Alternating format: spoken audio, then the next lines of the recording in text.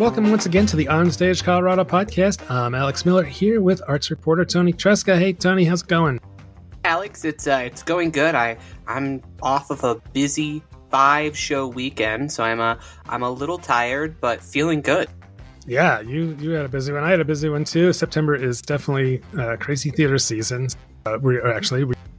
Here we are on October 1st, so keep that in mind as we talk about shows. So in this episode, as usual, we'll take a look at the shows we've seen lately and whether or not we think you should see them. And then later we'll do our Colorado Headliners, which is our weekly top 10 roundup of shows that look like a good bet or just kind of piqued our interest. And then I have an interview with the Newman Center's executive director, Aisha Ahmad-Post, so stick around for that. Interesting. So what can you tell us about that conversation? Did you touch on how difficult it is to park at the Newman Center at all? I know. I tell you, their parking garage sometimes rivals the Denver Center's spiral of doom. Because getting out of there can take a really long time. And I actually did mention it. She didn't really seem to think it was an issue. So maybe she hasn't parked there for a show lately. I don't know. But it's interesting because the Newman Center at the University of Denver has a beautiful facility and they have a really eclectic lineup of shows. So I wanted to ask a little bit about, what drives that and who their audience is and things like that. So stick around for that. And then let's take a look at what we've seen around the state, at least recently. So, Toni, you had a 5-peat or a 5-trecta or whatever it's called over the week. So I started my weekend with you, actually, at the Buell Theater in the Denver Performing Arts Complex for the opening night of the national touring production of Kimberly Akimbo. So this was the Tony Award-winning musical here in Denver, straight from New York after closing its production there. And it's a really weird musical. It's about this girl who ages at about 5 to 6 times the speed of everybody else. And so she is turning 16, but she's somewhere around 60, 70, 80, I don't know, in the players, or 80 or something. I know. She said, yeah. So she's definitely much older than she looked, and it was really, even though it was set in New Jersey, it kind of felt like it could have been like in the Appalachians or something. It was very, the characters in it are sort of like, I don't know, Jersey rednecks or something like that. A very trailer trashy, a lot of that kind of humor. But I really enjoyed it. I thought it was a wonderful show, and I kind of heard mixed things about it, but I really enjoyed it. I liked it. I thought that I really enjoyed the story of it. I thought that the characters were pretty fun. I'm not so sure if it needed to be a musical, in my opinion. I think that the songs were some of the weaker elements, and I'm not so sure how I felt about the integration of the kind of the show choir plot within the more serious themes of the rest of the musical. I thought that kind of felt like a little bit of a crutch used by the writing team to kind of detract from some of the more serious elements of the piece, and it certainly worked. I was laughing throughout the whole production, but as I was kind of thinking back and reflecting on it, I thought that those kind of elements were maybe not quite as strong as some of the writing within some of the book scenes. Right.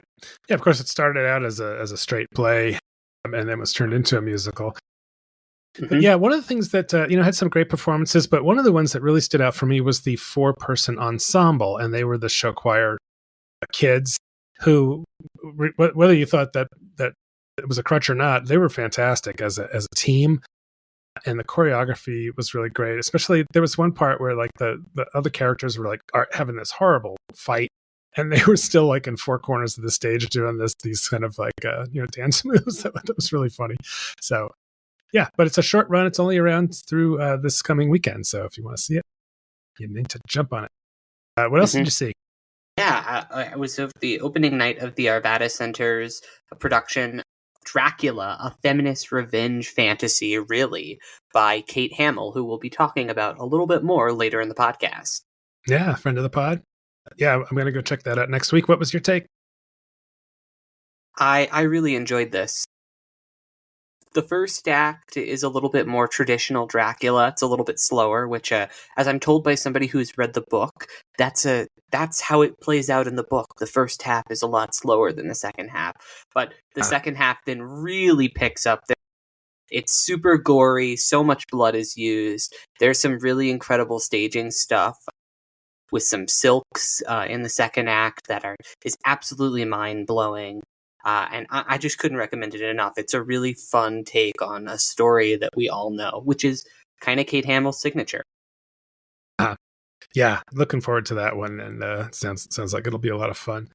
And then we were both at the Dairy Center in Boulder on, what was that, Saturday?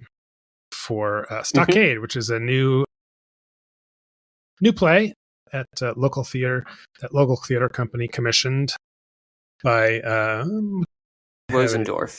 Andrew Rosendorf. Yeah, so we were a little underwhelmed by this one. I mean, I didn't feel like the script was really...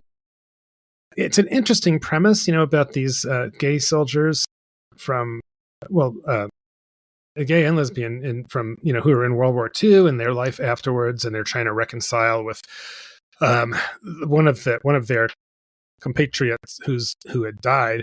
His sister is interested in doing something with the letters that they had all sent him, which right off the bat seemed like a preposterous that anybody would think in 1950 or whatever it was that they could publish letters about homosexuals in that day and age. And so that was kind of the start of it. And I don't know, it just didn't come together for me. Yeah, I had seen this play earlier this year at the local lab when it was still in development. And it was kind of frustrating to see it not really have evolved at all since that earlier performance this year.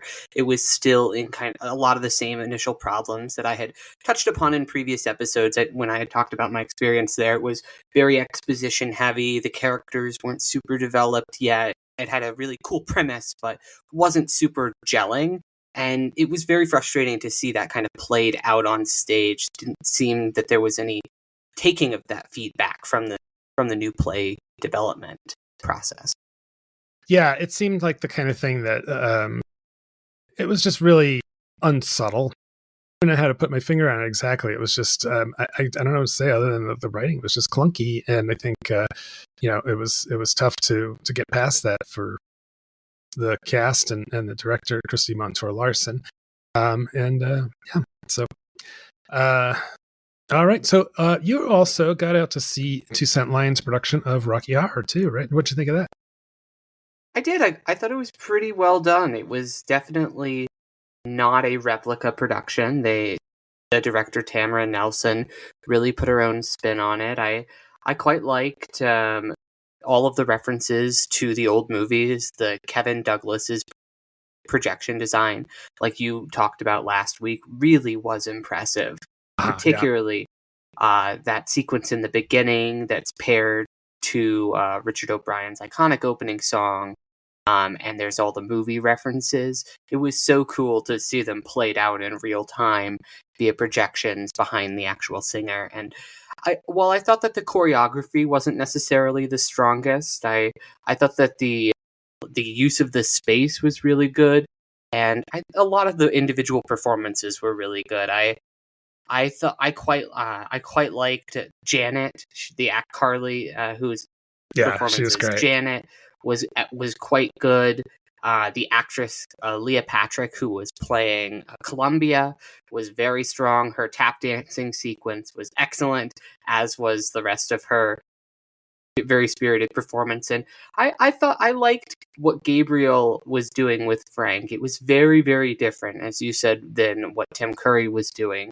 But I definitely had more of a kind of a drag quality to it that I found really interesting. And I thought worked pretty well. So we saw a couple of things at the same time. I guess the only thing I saw that you haven't yet was Murder on the Orient Express, which I saw at the Sunday matinee on. I was interesting too, because it's always a lot of times you go to matinees on Bronco Sundays. They're a little sparsely attended. But this one was an almost full house, and it was an early game, so maybe that helped. I think I heard the final score just as I was pulling into the parking lot at Vintage.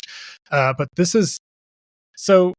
I love Josh Levy. Every time I see him in something, I'm just like, man, he is such a strong actor. And in this one he played the Detective Hercule Poirot. And so he was great in that. And Deb Persoff played the Russian countess or whatever. And she was great. And yeah, a lot of good performances there at Vintage, and it's a fun show, and it's a very standard, the detective, grilling people with questions, and everybody's lying, and at the end, and it was definitely kind of a surprise ending if you haven't seen it before. But yeah, it's definitely a fun show to check out.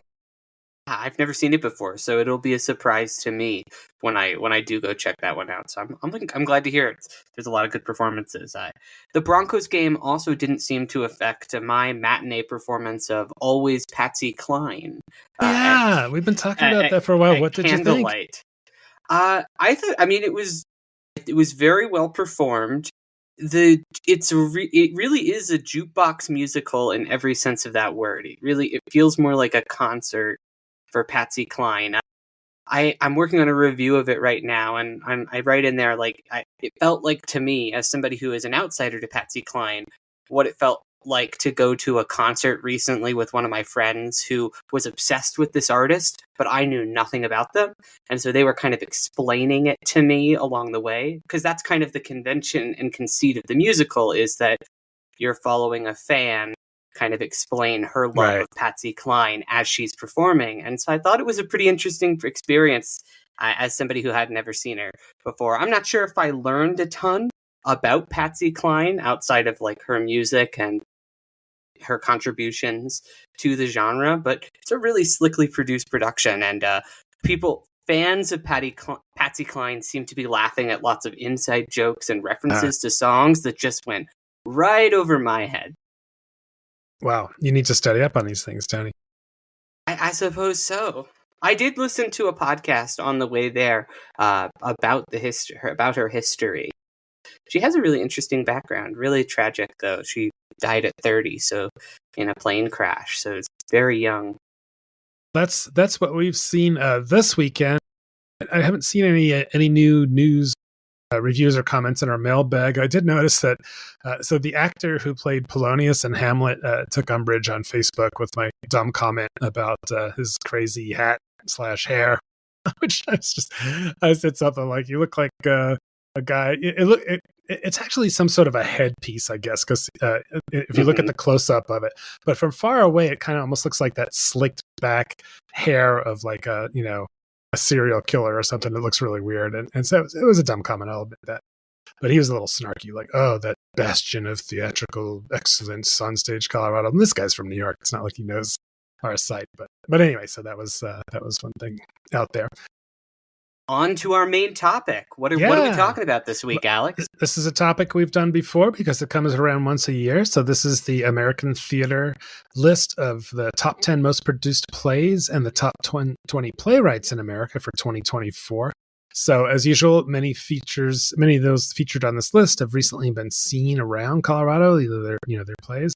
But before digging into the list, Tony, can you give a little context into who or what American Theater is and how long you've been doing this curation of these top plays and playwrights? Sure. So American Theater is a general circulation magazine and online outlet that's dedicated to producing stories about, as you may have guessed from the name, theater. Yeah. So they've been publishing these top 10 most produced works lists since 1994, and then the top 20 most produced playwrights since 2014. So they've got a few years of experience of kind of gathering this data under their belts. Yeah, no kidding. Well, how do they calculate, who's eligible? Because there's so many different types of shows out there. Yeah, so it uses season listings from theaters that are members of the Theater Communication Group. So that's a national nonprofit that promotes professional nonprofit theater. And so this membership list are the metrics that they've been using since they've started this list. And so this year's productions were compiled from 1,281 shows at 305 member theaters, as well as 176 productions at a commercial or non-member theaters. So the only exceptions for these are shows that were not included on this list in any capacity are A Christmas Carol which had 38 productions this year, and it would have been number one on the list, Right. actually. And then Shakespeare plays, which it notes would not have made the list. Ah, well, yeah, it makes sense to exclude, something like A Christmas Carol because it really would skew the results. Although it is down from 43 productions last year. But Mhm. there's no doubt that Christmas Carol is not going anywhere anytime soon, and all of the versions thereof related to it. Yeah, I don't have any numbers for this, any hard financial numbers, but I kind of believe A Christmas Carol serves a very similar purpose for nonprofit theaters as the Nutcracker does for ballet companies. Absolutely, yeah. According to Dance Magazine, the Nutcracker accounts for, and this is true, roughly half of all dance companies' annual revenue across the country. Wow. They earn their revenue from that one production each season. And so, ironically, even though A Christmas Carol is about turning away from money and embracing the holiday season, I'd wager the reason that it's still around is because it brings in so much cash for these theater companies. Yeah, it's a crowd pleaser, and there's nothing more American than using Christmas to make money. So, but it is worth noting that that none of the Shakespeare's plays made the list. Does that? I mean, are we seeing a decrease in the popularity of Willie the Shake? Ooh, spicy question, Alex. You're gonna go there. I don't think so.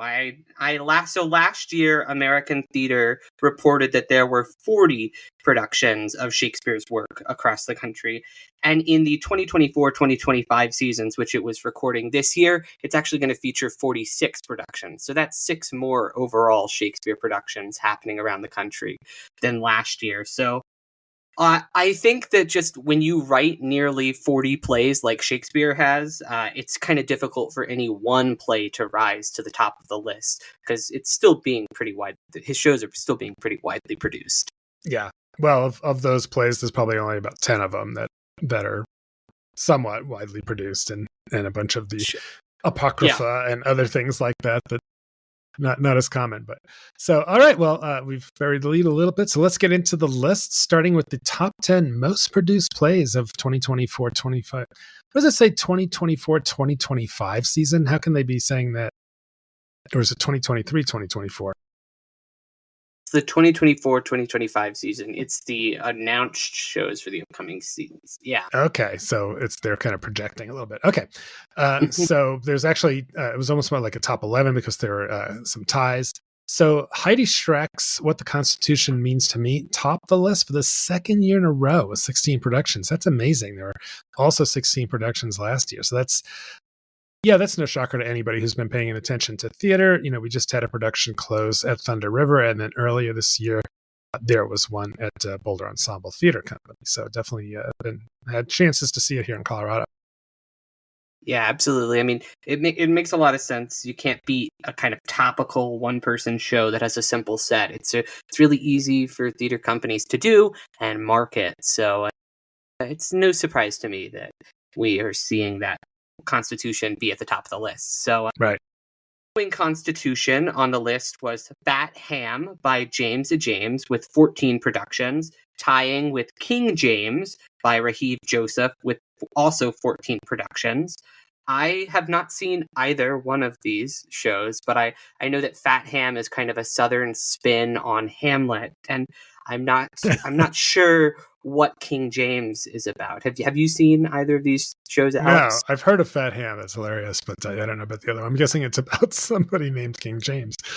That was going to be my guess too. But. Yeah. The list is Primary Trust by Ebony Booth. This was had 13 productions be produced of it around the country. I don't believe that has been produced here in Colorado yet. Okay. Okay. Well, I was just looking up real quick. So King James, it's something to do with the Cleveland Cavaliers. So it's got something more to do with LeBron James. Okay. So that's where King James come, which I think I'd heard that call before. So Primary Trust, and then Jersey Boys. Wow. Yeah, the ever popular Jersey Boys has 11 productions. It's tying with the all of these are very popular, and we've seen them all here in Colorado recently. These have all had 11 productions. So I'm talking about Jersey Boys, I'm talking about Waitress, and I'm talking about POTUS, or Behind Every Great Dumbass are 7 women trying to keep him alive. Jersey Boys is just at Town Hall Arts Center. Waitress is currently at the Arvada Center, and POTUS is currently at Curious Theater Company here and was at Thunder River not too long ago.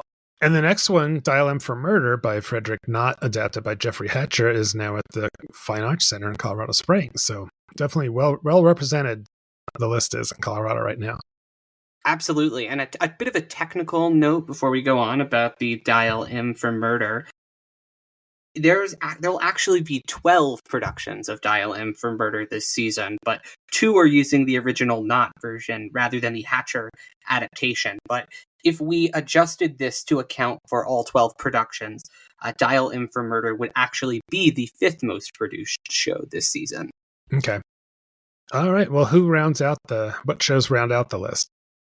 So we round out the list with a play from Lloyd Sue, who was recently, they had written The Chinese Lady that was recently here in Denver. This is one of their follow-ups. It's the world premiere production of The Heart Sellers. I had not heard of this production before, but I am familiar with that playwright, and The Chinese Lady was quite strong, so not a shocker to me to see that their follow-up is also being produced around the country. Right. Okay. And then the last one there is The Play That Goes Wrong, ever popular, very funny slapstick kind of comedy. Yeah, The Play That Goes Wrong is tied with Samuel Hunter's A Case for the Existence of God, with 9 productions on this list. So they kind of round it out. So A Case for the Existence of God hasn't premiered yet here in Colorado, but you can catch it soon.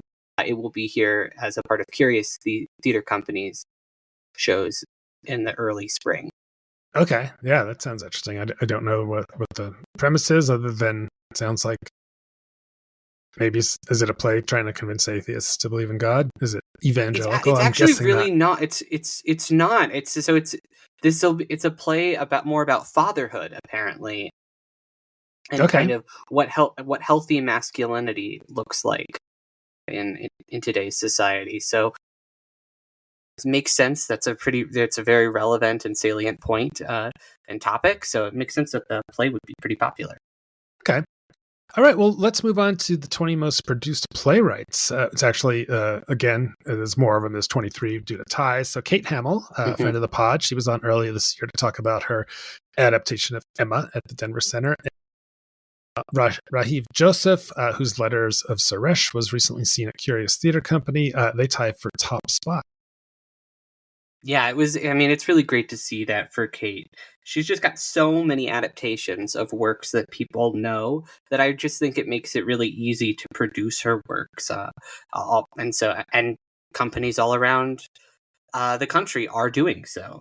I mean, we had 2 of her shows here in the Denver area. We had Emma earlier this year, as we just mentioned, and then we talked about at the top of the show. I saw her version of Dracula at the Arvada, that's currently running at the Arvada Center right now. So she's ever popular. So, and like I mentioned before, I haven't seen a ton from Joseph outside of Letters, which I did see at Curious earlier this year. And but the popularity of King James, like we just mentioned from the other list, certainly helps him rise to the top. Those in the top spots, Jeffrey Hatcher has 16 shows out there, including Dial M for Murder and Murderers, which are both. So Dial M is up at the FAC right now, and Murderers is going to be at the Vintage here in a little bit this fall. That's right. Two Jeffrey Hatcher options there. And then following on the list, also tying with 16 productions, were 2 we've already talked about. James, who was Fat Ham, helped him get to the top. And then Heidi Schreck, who's What the Constitution Means to Me, also had the 16 productions. And so helped her rise pretty high on the list. Yeah. Okay. And the next 2 is another tie, Bonnie Booth and Rick Elice. And I'm not familiar with either of those 2 playwrights. Yeah, Bonnie Booth was their production of Primary Trust had 13 of those, so that's how they ended up here. And I'm not familiar with Rick's work either, but they're also tied with Lauren Gunderson, who Yes. I'm quite familiar with, and I'm sure most folks listening to are also familiar with. She had 13 productions, including 4 co-writes, and then Frederick Knotts, who also had 13 productions, along with August Wilson, who had 13 shows produced this year. So Lloyd Sue, who we just talked about, in 12th place. Marshall Brickman at 11. Selena Fillinger. That name sounds familiar. What did she have? POTUS. Oh, of course, yeah. And then Samuel Hunter, who we just talked about. Ken Ludwig is also does very well, not just with his farces, but he also. So the Murder on the Orient Express up at Vintage right now was adopted by him. So he's kind of everywhere. And then who's rounding out the list? So we've got Jessie Nelson, the waitress writer, at 11. Then we have Henry Lewis, John Sayer, Henry Shields with 9 production, Thomas Meaner with 9, and Lynn Nottage with 9 as well. So Lynn Nottage has been pretty widely produced here in Colorado, including most recently Clyde's at the Denver Center.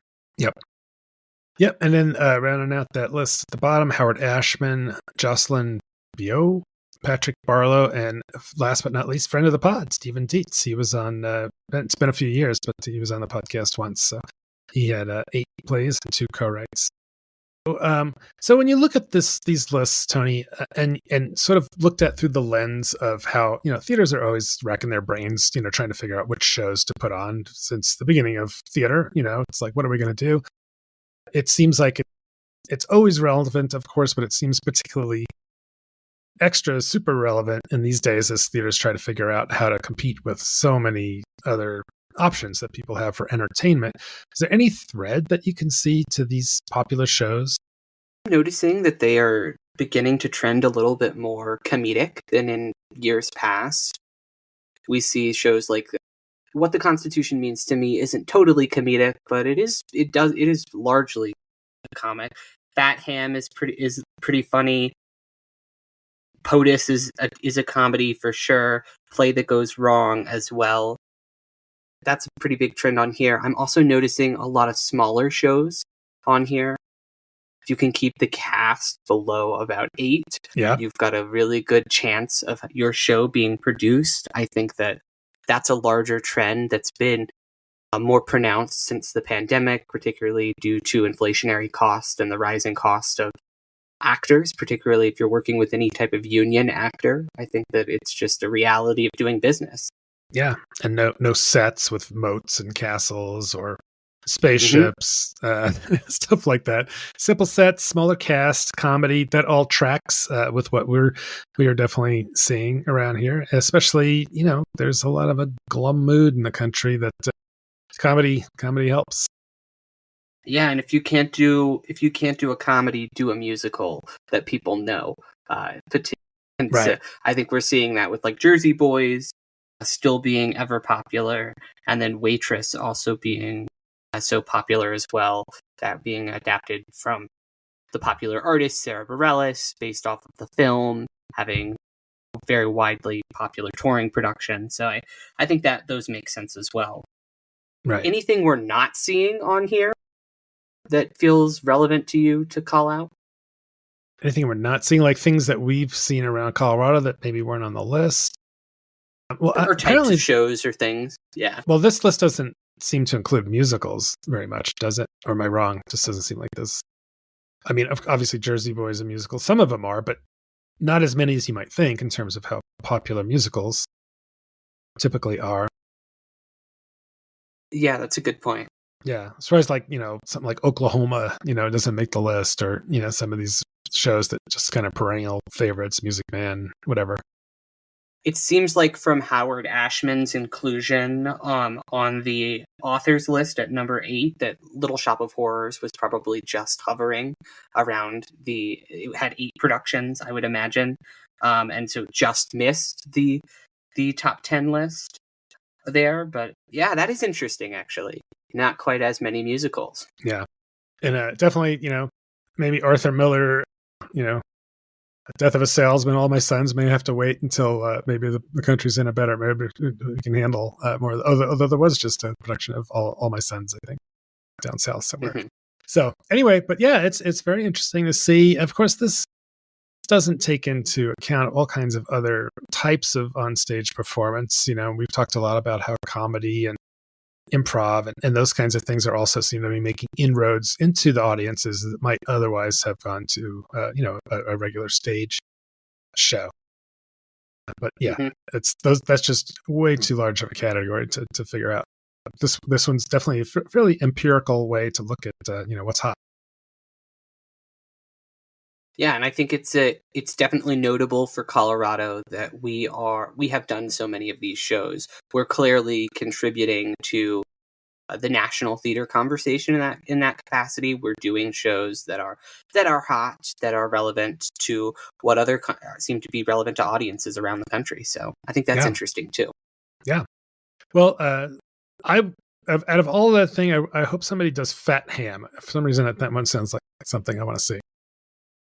Me too. I'd love to see a production of Fat Ham soon. That one sounds good. Also, King James. That one, yeah. I'm kind of curious to see what that's about too. So, Colorado theater companies, get on it. Get on it, doggone it. All right, well, we're going to take a quick break, and when we come back, we'll have this week's Colorado headliners, as well as my interview with Aisha Ahmad-Post from the Newman Center. So stick around, we'll be right back. OnStage Colorado was brought to you by the Colorado Fine Arts Center at Colorado College. Their season opens with Dial M for Murder, a new version of the celebrated murder mystery that inspired Alfred Hitchcock's movie masterpiece. Running through October 6th, tickets at fac.coloradocollege.edu. We're also sponsored by the Arvada Center, whose new season is now underway with the musical Waitress playing through October 13th, and Dracula, a feminist revenge fantasy, really, opening September 27th and running through November 3rd. Tickets at arvadacenter.org. And support for OnStage Colorado comes from the Boulder Ensemble Theater Company, whose upcoming season kicks off with Henrik Ibsen's Enemy of the People, adapted by Mark Reagan. The show runs through October 13th at the Denver Savoy and November 8th through 17th at the Dairy Center in Boulder. Tickets at betc.org. All right, well, we're back and ready to tear into this week's Colorado headliners. Drumroll. These are some of the upcoming shows that piqued our interest or blew up our collective skirts to some degree. And in no particular order, Toni, what's your first headliner? My first headliner this week is Carrie the Musical. So this is, when it first premiered on Broadway, this adaptation of the Stephen King novel, it bombed so hard. Right. It closed after only a couple performances, but it has since been revised and become kind of a cult classic. And it's frequently performed every Halloween. And this year, you can get your Stephen King Carrie fix at the Spark in Boulder. This production will be running October 4th through the 20th. It's got two different casts there, so be sure that you double check if you know somebody in the show that you are seeing the correct version. Okay, that's interesting. Another creepy show that's coming up. It's just 2 nights, October 4th and 5th at the Lincoln Center in Fort Collins. It's the All-American Haunting. So apparently this is based on a ghost hunting TV show of the same name that was canceled, mysteriously canceled, it says. And so this is the hosts of the show have this brand new live experience that is actually premiering at the Lincoln Center. So I guess it's a touring show. And so there's some sort of a medium session and answers the audience's questions about the afterlife. And then something goes wrong and an evil spirit is trapped in the room. Oh my God. So that sounds like kind of fun if you're looking for something spooky this weekend. That sounds awesome. Oh my God. I want to know more about this mysterious cancellation of the television show. I'm kind of invested in this narrative now. I Googled around a little bit to see, I'd never heard of this show, and it was apparently not a huge show. It was not easy to find. It didn't come right to the top of the list. There's all kinds of American haunting shows of different stripes. My next show is not spooky, but I do want to give you a heads up about it. It's Avaz. It's at the DCPA Theater Company. I want to give you the heads up now because previews begin for this show on October 4th and runs through the 9th. So if you're looking for those cheap theater tickets to see this one-man show about Iranian culture told through and about this person's mother kind of told through the eyes of her son. At the Denver Center, you can get your cheaper tickets from October 4th through the 9th, and then the show itself runs October 10th through November 7th. Okay. Yeah, I'm going to be there on the 10th. And, that's really, it's interesting. Like, Iran is just something, we don't know much about that country other than, they're kind of a pain in the ass on the world stage, funding terrorist groups and all that. But Iran is also, well known for having like a really just perfectly normal population of people who just happen to have this oppressive religious regime leading them. So I'd be curious to see what this one's all about. Yeah, I mean, as Americans, I would never dare to judge the civilians of a country for the government's actions. Because, I mean, who are we to judge? Yeah, I know. If you just thought Americans based on some of our leaders, you'd be like, So, all right. Next Totally. one, well-known show, but I'm looking forward to going to see this one because if I've ever seen Cabaret, it was so long ago that I don't remember. And this is the Platte Valley Players at the Armory Performing Arts Center, which is in Brighton. And this is going to be October 4th through 19th. And so Brighton is one of these places where a lot of Denverites maybe have never been. It's just kind of northeast of the Denver metro area. And so Kelly Van Osprey, who was cleaned up at the Henrys this year, she's the artistic director there, and she's directing this. And she's also going to be our guest on the podcast next week to talk about her career and Cabaret and Players and what a swell place Brighton is. So stick around for that. Yeah, I'm looking forward to seeing that one. I'll be there with you to check that out. So we'll talk about our experience attending that on the podcast next week. For sure. So my next headlining pick is Spamalot. It's at the Butte Theater, and it opens October 5th and runs through November 2nd. This is the wildly popular Monty Python adaptation of their hit film, Monty Python and the Holy Grail. It's a really fun show. If you haven't seen it, I definitely recommend checking it out. This one's being done by Thin Air Theater Company, who is the resident professional theater company of Cripple Creek, located at the Butte Theater. So definitely, I won't be able to check that one out myself, but I am very curious, listeners, if you do see it, I would love to hear how it is. Spamalot's a really fun show, and when Eric Idle, wrote the book for it, it's mostly Holy Grail, but it's got some stuff mixed in from other Python properties, like the slapping fish dance is from a skit from the Flying Circus and other things like that. So they just kind of threw a bunch of stuff at it and came out with a really fun show. Isn't Always Look on the Bright Side of Life from Life of Brian? It is, yeah. Yeah. So it kind of, it plays with a lot of different Python elements. Yeah. Yeah. The next one I'm going to mention, this sounds like a little bit of a lowbrow entertainment called Beer for Breakfast. And so this is going to be at the Windsor Community Playhouse, October 4th through 20. And it says, 4 middle-aged buddies reunite for a guy's weekend, complete with old music, cheap beer, and enough cholesterol to stop Superman's heart. And then things go awry from there, I imagine. So, if you're looking for maybe some cheap laughs, check that one out. It's a fun one. That's a fun title. Yeah. I don't know if I'd recommend doing that, but it's fun to think about. Yep. So my next headlining pick is Around the World in 80 Days. This will be over at the Aurora Fox Arts Center, October 5th through the 27th. It's directed by their artistic director, Rich Cowden, and it's a fast-paced romp around the world. It features a 5-person cast who plays dozens of roles.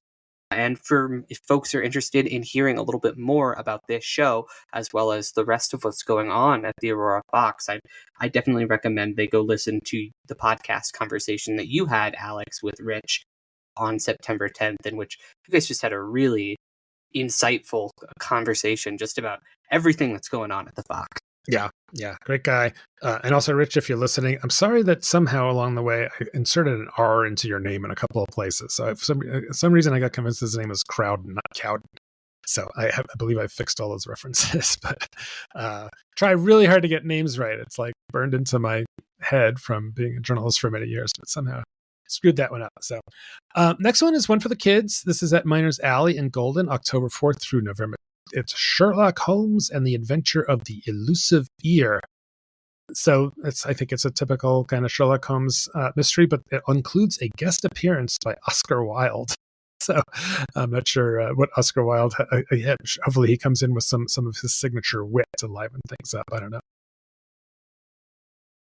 Yeah, I know that you're not the biggest fan of Sherlock, so it's a big sign of support, Alex, to see that you're including this on your headliner pick this week. Yeah, well, Miners Alley does a great job with their kids shows, and honestly, there's not a lot of them on right now. There's not a lot of theaters doing kid stuff these days. But unfortunately, my next headliner pick is not for the kids. Definitely not, actually. It's The Talking Dead, a haunted pub crawl. So this is being done by this group who they do a lot of these kind of tours in Golden. I've not done their ghost tours before, but I have done their history tours. And so they're really fun. There's a tour guide who will just kind of take you around Golden and will point out different parts of it, and then you go and stop in these different breweries along the way. And so this one is kind of following that similar format, except it'll take you on a 3-hour ghost tour where you'll encounter 6 to 10 restless spirits from Golden Story Past, and then you'll stop at 2 spirited pubs where you'll enjoy a drink and perhaps a ghostly encounter of your own. Okay, that sounds like fun. This is such a fun time of year. All this stuff, it's a ton of fun. All the scary stuff, and I know that you're going to be talking to some of the folks from the 13th floor, the big haunted house in Denver. That I think in 2 weeks we'll have them on the show, right? That's right. Yeah, looking forward to hearing that. The haunting community, as you call it. Yeah, the haunted folks they're a really cool, interesting bunch. They only come out once a year, really, but they raise hell. Right. All right. Well, the next one, my last headliner is The Girl on the Train. So this is Firehouse Theater, which performs at the John Hand Theater in Denver, and this will be October 5th through November 3rd. November 3rd, yeah. And so this one is about, I think it's a woman who watches the perfect couple through a train window every day, and thinks they're happy and in love, or so it appears. And so she learns that the woman's been this woman she's secretly been watching has disappeared. She becomes a witness and even a suspect in a thrilling mystery. Then she'll face bigger revelations than she could ever have anticipated. So Firehouse has been on a roll with all kinds of great shows in the past couple of years. So this one sounds like it's not really spooky, but it's definitely mystery and thriller. So it fits into the season, I suppose. Mm-hmm. All right. Well, that's the headliners for the week. Also, new and upcoming reviews on our website include my review of Enemy of the People, which is just out, Kimberly Akimbo, which is up there, Murder on the Orient Express, Always Patsy Cline, October Surprise, You're Not My Perfect Mexican, I Am Not Your Perfect Mexican Daughter, and the aforementioned Girl on the Train. So lots of reviews that are up, new stuff on the site and coming soon. So. Yeah, so go check out all those reviews, plus the latest theater news from around the state at OnStageColorado.com. Now, settle in for Alex's conversation with Aisha Ahmad-Post at the Newman Center. All right, I'm here with Aisha Ahmad-Post, the Executive Director of the Newman Center at the University of Denver. Thanks so much for being on the OnStage Colorado podcast today, Aisha. Thanks so much for having me, Alex. All right. So, you just announced or recently announced the new season, or it will be starting soon. Starts September 22nd with Cecile McCloin-Salvant, a Grammy Award-winning singer and storyteller, and ends in May with Patti LuPone, a Tony Award winner with a career retrospective performance. So lots of interesting things going on with the Newman Center this season. But before we talk a little bit about what the Newman Center is all about, and a little bit more into the season, I wanted to ask a little bit about you, because it's not many people that are executive director of a performing arts program, so it's not like a job that everybody has. So I know you came from the Ent Center, and you were there during their big the construction of that facility, right? Yeah, so I got to the Ent Center in Colorado Springs, and we opened it in January of 2018.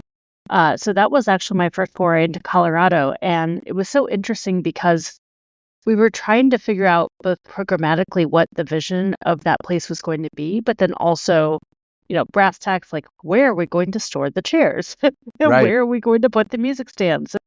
And so that was a really lovely moment because I think, a lot of folks, particularly in Denver, sometimes poo-poo Colorado Springs art scene, but it is quite robust and Yeah.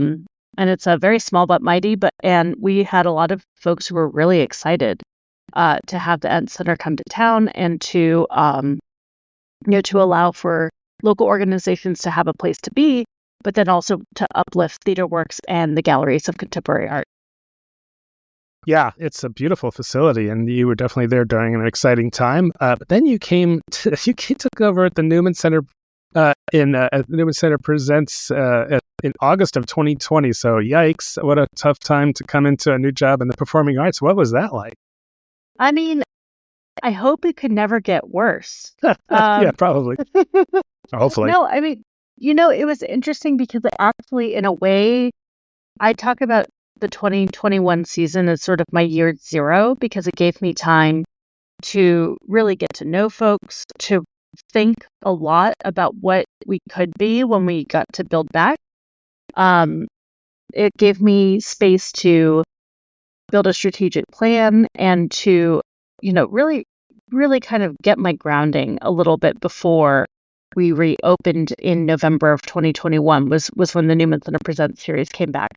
And, I mean, it was a very strange time for sure. But it also allowed us to have a lot of say in local and national and even international responses to the pandemic, which I think was really interesting. And those connections continue to this day.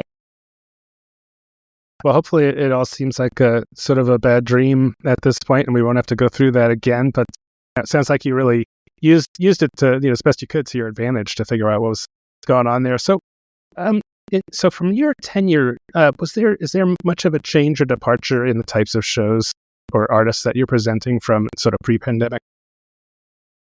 I would say yes and no. So I have two predecessors at the Newman Center. We've been open 22 years and had 3 executive directors. And our founding executive director, Stephen Seifert, very much, was based in a world where classical music, in particular, was sort of king still. And this notion of fine art, or what deserved, I'm using big air quotes on that, deserved to be on stage, really was focused on Western European traditions. Okay. And my predecessor Kendra Ingram came in and really started to diversify a little bit. And then I would say that my approach to things is very international in its vision. I think that there's a lot that needs to happen in terms of cultural exchange and understanding in this time, which, if you think about the last 10 years in American politics, have become increasingly sort of isolationist and even xenophobic, right? I think even within Denver, we've seen a huge influx of immigrants and new citizens. And so we have to find ways to humanize each other, and we have to find ways to learn more about what's going on in the world. And I think that the arts give us a really easy way to do that. Food and music and dance, I think, are easy access points to at least start to get to know someone. And so we've been focusing a lot on international work and bringing folks who have not previously been on the Newman Center stage into that space. Okay, so when you do have, I know one of the artists you have coming up is just, for example, Maritza as a Portuguese folk singer. Do you somehow reach out to the Portuguese diaspora in Denver? Is there one? I don't know. Do you see those audiences showing up? Well, Maritza is actually a return. She was here, gosh, I don't remember when. Somebody will correct me. But, Portuguese fado singer. And, is there a huge Portuguese audience? No. But is there a lot in that folk tradition of, these songs that are sort of longing and talking about, people going away to sea, but also that resiliency within that community, that sort of sense of loss and and longing are something that are very universal. But also, Fado is, one of those intangible world heritages, right, that deserve to be known about, right? And so I think that's essential. And I don't know where else there's Fado singers coming, let alone someone at the caliber of Maritza to this area. And so when you do shows like that, do you get a decent audience for them? So I would just hazard to say that most people have never heard of Maritza, even though I'm sure she's got a big following internationally. But like, who shows up for those? Is you've got a kind of a built-in audience, I guess, with the students and the faculty there at the University of Denver, but I'm sure you need more than that.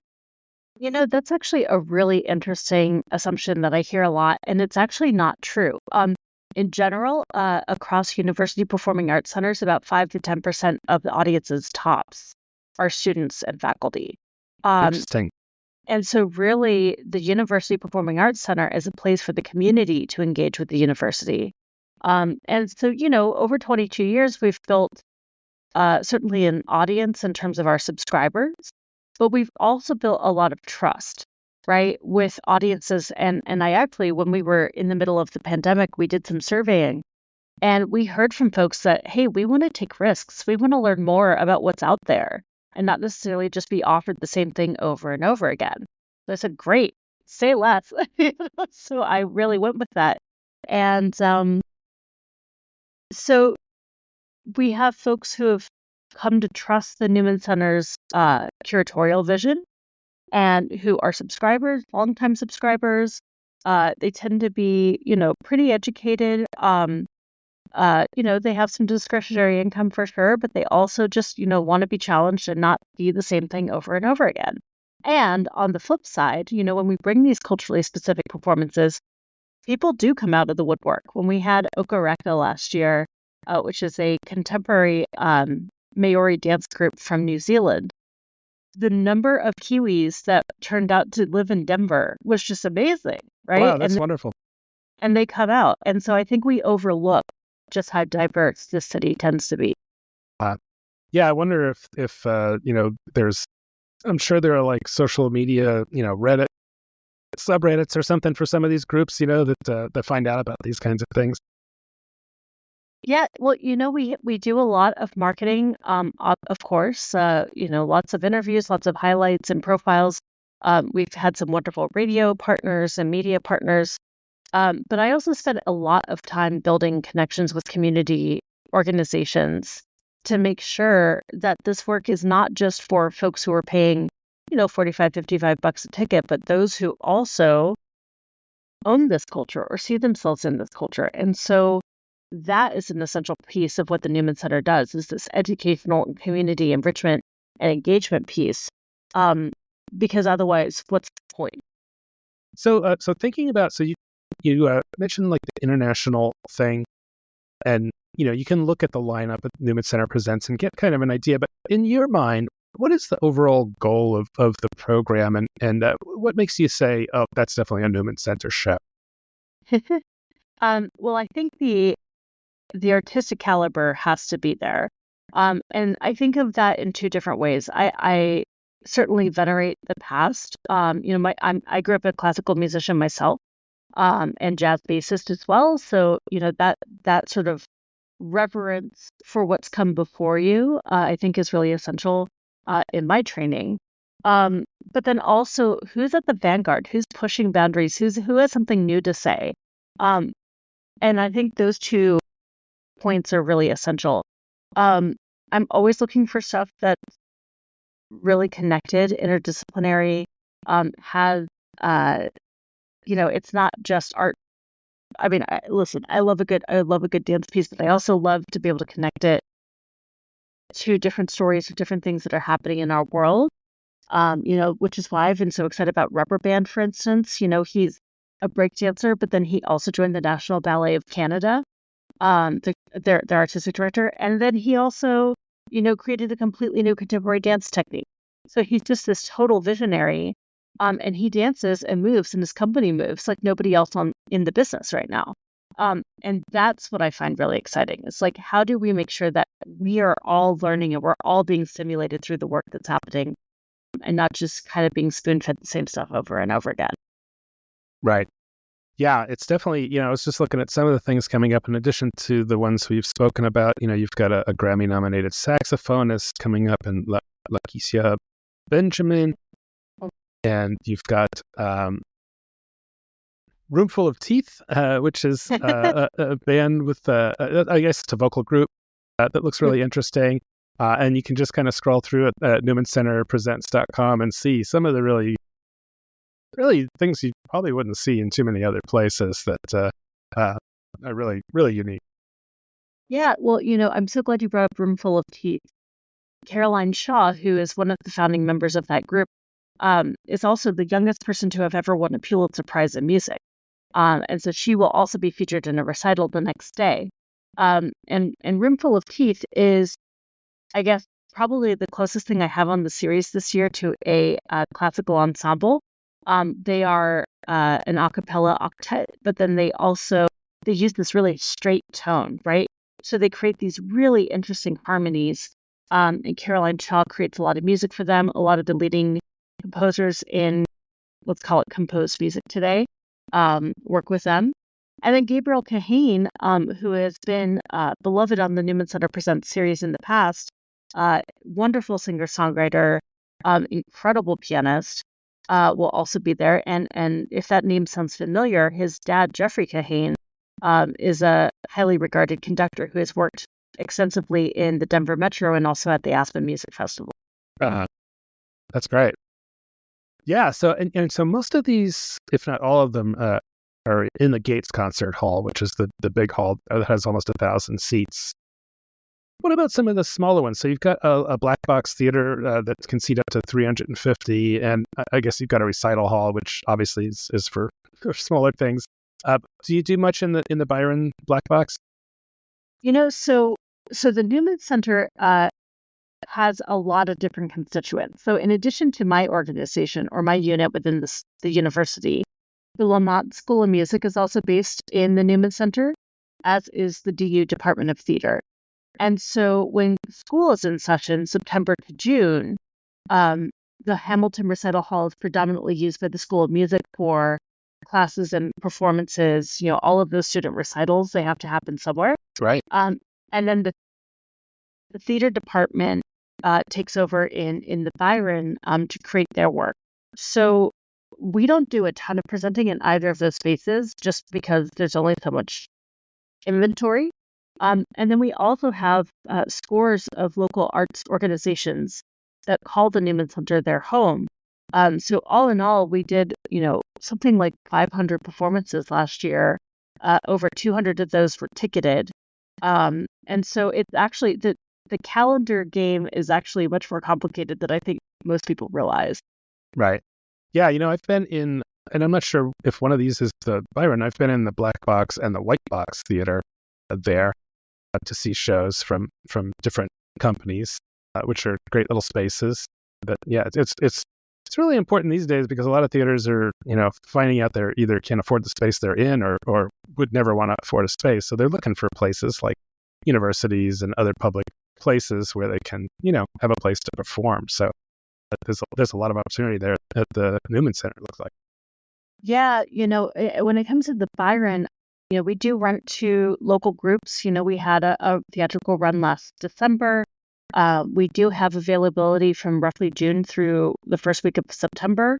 So if theater companies are looking for a space, by all means, it's a lovely place to make work. And, it's so loved that it's hard to get in. But if you can find those dates or if you work a year or two in advance, we'd love to work with you. Great.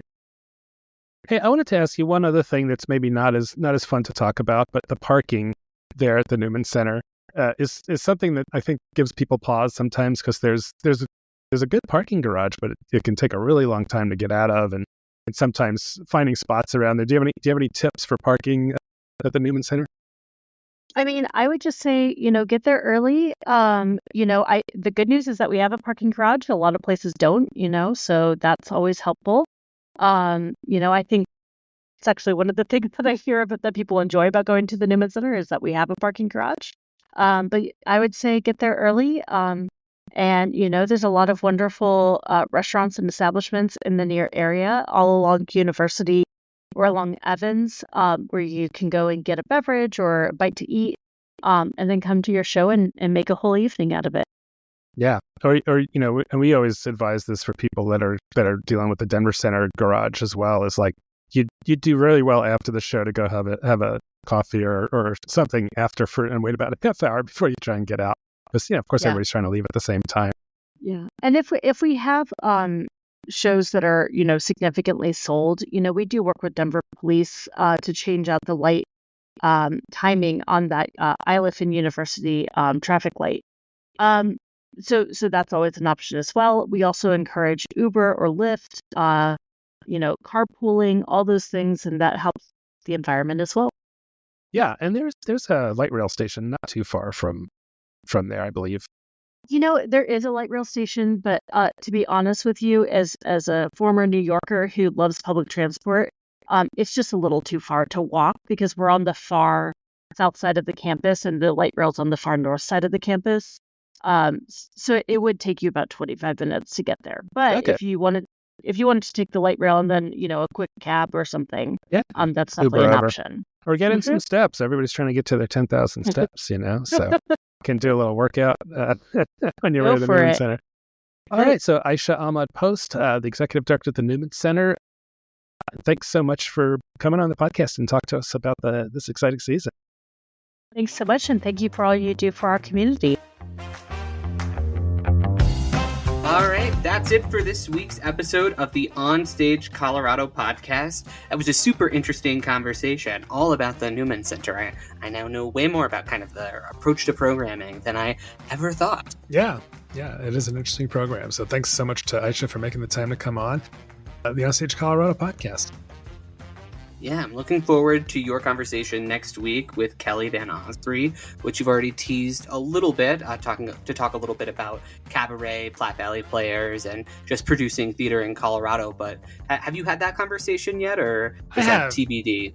Okay. Kelly is so great. She's just like this, big talent, and not somebody who's really been on stage. Always kind of, the director, choreographer, and she gave us some hints about what she might be taking a little bit of a turn in the not too distant future and leaning away from choreographing the big shows, just because she's got, she has a young family, and those are big time consuming things. Well, that's awesome. I'm looking forward to hearing that conversation next week. And if you want to hear Alex's talk with Kelly and keep up to date about what's hot in the theater around the state, subscribe to the OnStage Colorado Podcast wherever you get your audio stuff. And if you like what we're doing, let the other theater lovers in your life know about us. Share the podcast with them. Send this to them via email. Interrupt strangers in public to tell them about our podcast. I mean, the more the merrier. That's right. Yeah, and another good way to keep up with everything is just subscribe to our newsletter, which you can find easily on our website, and that always has the latest podcast episodes on it as well. So, you can check out all that stuff online. And plus, we have this amazing statewide theater calendar that just has pretty much everything on it around the state. So, and then, if you're listening to us on Spotify or Apple Music or whatever, give us a star or rating or whatever. It definitely helps. Absolutely. And if you want to get in contact with us, like I said earlier in the show, please email us at info@onstagecolorado.com or leave us a comment on social media or the website. We always love to hear from you. Yep. All right. Well, thanks so much for listening. I'm Alex Miller. And I'm Toni Tresca, and we'll see you at the show. Uh-huh.